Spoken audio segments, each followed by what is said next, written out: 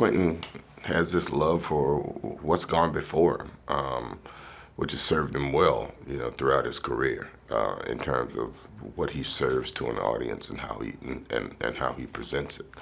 To do this, it's not a daunting task. It's just a bold homage to something that worked very well, to something that made audiences fall in love with the beauty of cinema and the bigness of it all. It's returning Hollywood to the gigantic stage that it used to be presented on. And this film lends itself to that in its, huge vistas and scopes in a certain way. And then in the intimate aspect of it, there's so much detail to be absorbed. It's called The Hateful Eight. So you got 8 people that are very different, that are very dangerous in their own way, and to varying degrees hateful. And it's going to be a fun game for audience members to attach to a character, because everybody's going to have somebody that says, "Oh, I love that guy. I love that character." I'm flattered that he wrote it for me.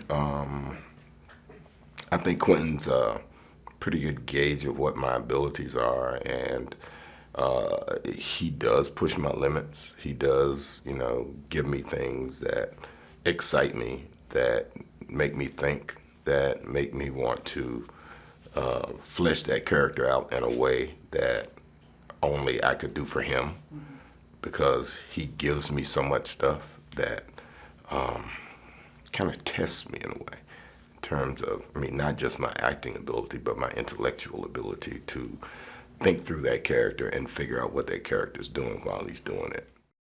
I watched Walt's show, Justified. I watched The Shield, so I watched him on that show. So I've seen him in different guises and doing different things, and always been impressed with the way he approaches his work and the honesty of it and the rawness of it. Kirk is like this Hollywood, not a legend, but a product of Hollywood, in the sense that, he's been around the business since he was a kid. His dad was in the business.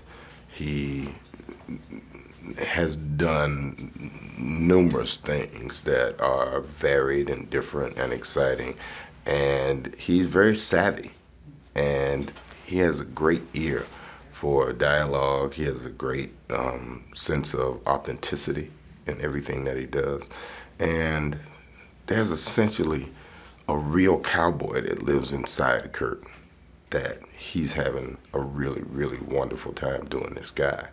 First of all, it's an incredible honor and amazing to be sitting opposite Bruce Dern acting, considering I've been watching Bruce since I was a tyke, and on Gunsmoke and all these other, films, and, being impressed and watching the depth and the commitment that he brings to what he does, I'm not intimidated by other actors. I kind of enjoy getting in there and playing with the best, because that only makes you better.